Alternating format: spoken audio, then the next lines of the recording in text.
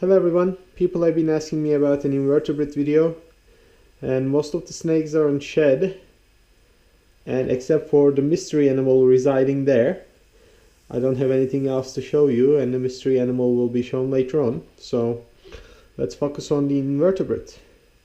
Now I will try to handle a spider.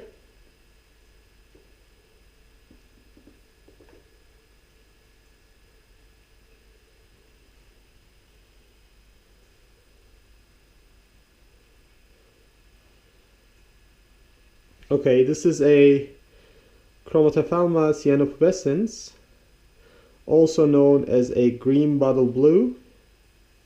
It's a very beautiful animal. Now let's see if she's going to be willing to just move a little bit.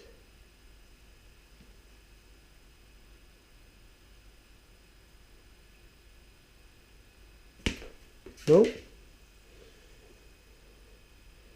So I don't want to get bitten, obviously.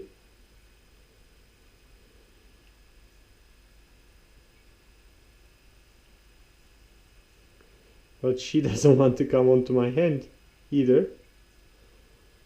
Let's see if we can get this done.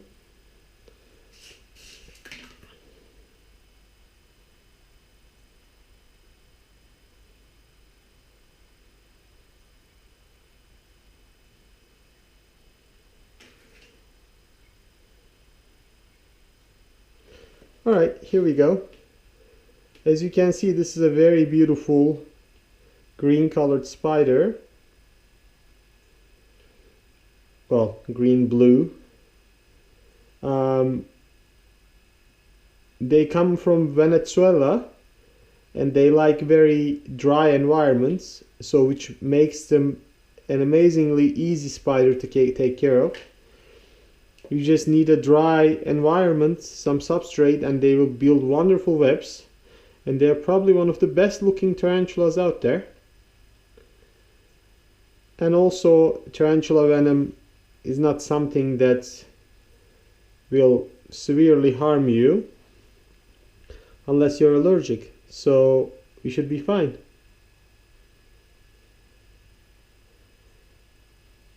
Tarantulas, as you can see, are large spiders. They live pretty much everywhere, except for the colder areas of the world. There are old world species and there are new world species. This is a new world species. The common name is green bottle blue, as you can see from the beautiful coloration.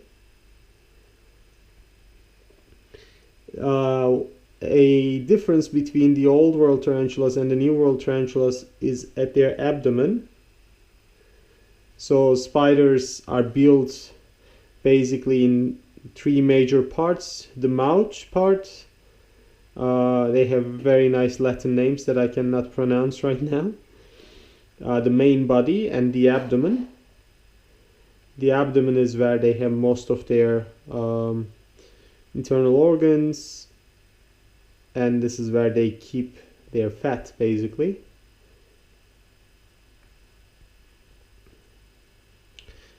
So again, I was telling you a difference between old world species and a new world species. Doing this with a new world species is not that hard, because new world species, they rely on the hairs on their abdomen, which they can kick as a defense mechanism, and they bite harder.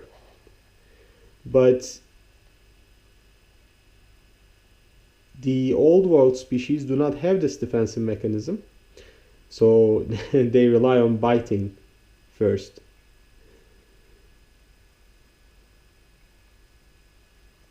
Tarantulas do not use their webs to ensnare prey. They just basically are active hunters.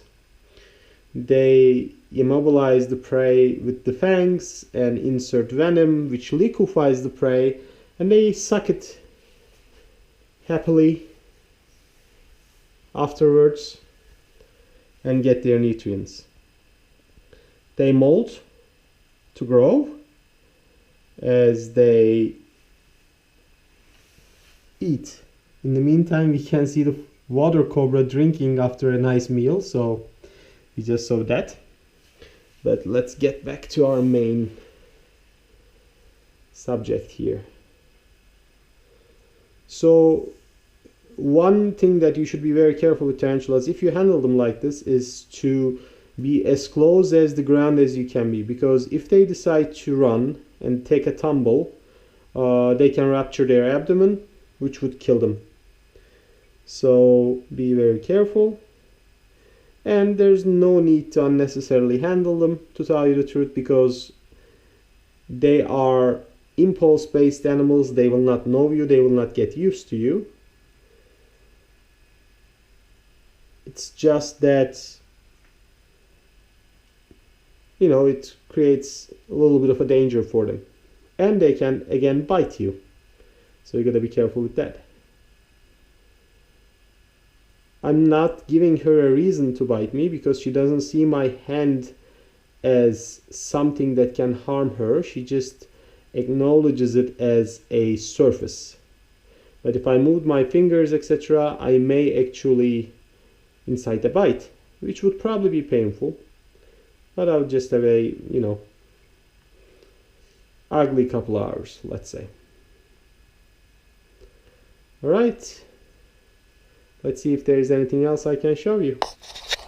Alright, if you have been watching my channel, you would know that I have an Indian tiger centipede, which used to live in a container as big as the tarantula container we just saw, but I upgraded his or her container, I don't know its gender, and now he's living in this nice area where we have a lot of, you know, wet moss and a lot of hiding places.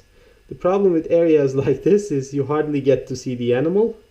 I created this wonderful jungle for him or her, and it's really hard to find her.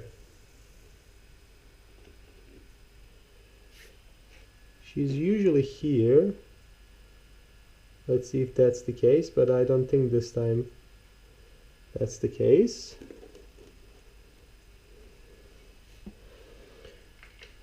Alright, sometimes she's under here. Oh yeah, there we are. As you can see, she is a very beautiful animal. Centipedes are very interesting animals, and people are not extremely fond of them, but almost everybody loves these.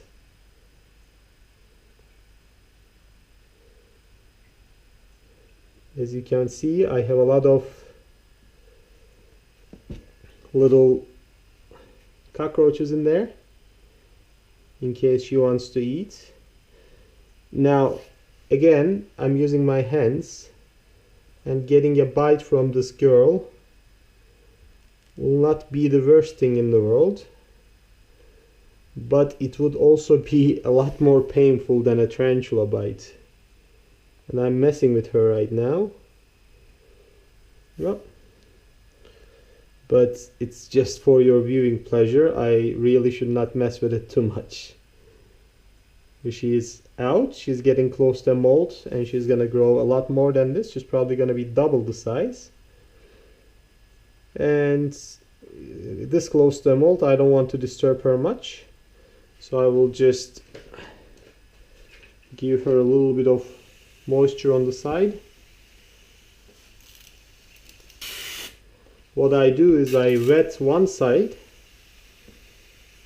and I leave the other side dry, but obviously the moisture travels in a closed environment like this. One thing, if you ever get a centipede, is you need to consider the fact that these guys can escape from the tiniest holes, and they're definitely escape artists. So you need to be careful. I have had him escape twice, and I managed to find him both times a couple days later. But I was quite lucky. I mean, people lose them and they never see them. One guy lost one and found it in his bed So, you know, be very careful. What I do is I have these water dishes that I don't use anymore, so I close this and then I place these very heavy water dishes on each side so it doesn't leave an easy crack for the animal to escape. Alright, one final thing to show today is these containers. I keep two nice scorpions in there. Let's see if we can get one out.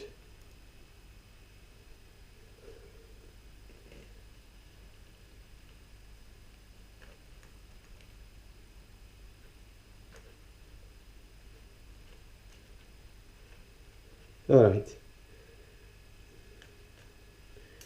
Okay, here we have a Parabuthus villosus. I think it's called the Namibia thick-tailed scorpion. This is one of the scorpions with medically significant venom, and a bite from one may be actually quite dangerous. So I'm not gonna handle it, but I wanted to show how beautiful she is. She molted a couple weeks ago, so she is quite hungry. Let's see if we can get her to grab our pen.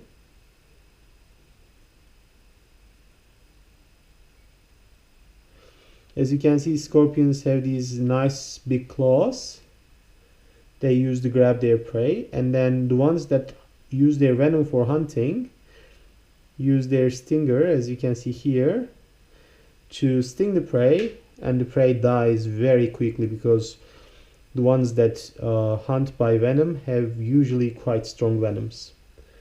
Other scorpions, like the common emperor scorpion you can find in pet stores, will use their larger claws to crush their prey, and that's why their venom is quite weak and used for defensive purposes.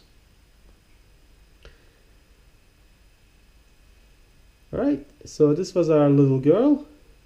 Both of these are females. Both of them are gonna get a lot larger. These are quite large scorpions. And I will now feed them and let them rest another week. Alright guys, we did an invertebrate week this week. I have shown you 4 different species. I have 2 more, but they are hiding. I also have a Parabuthus antinos from Peru, a large black tarantula male who is, I think, in his final molt. And then I have also a nice Monocentrophus balfouri female, but she's a pet rock. She hardly ever comes out of her hidey holes, so we don't get to see her much. Okay, I hope you like this. Take care. Guys, I said 4, but I only showed you 3 species. This is the 4th one, my beautiful Theraphosa blondi. Her cage is quite dark, and I'm creating a shadow right now, so you probably don't get to see much. But here she is in her full glory. She is in molt, and she's probably going to be an adult after this molt, so I'm not going to mess with her too much. But I just want to quickly show her to you as well. Alright, have a great week. Bye.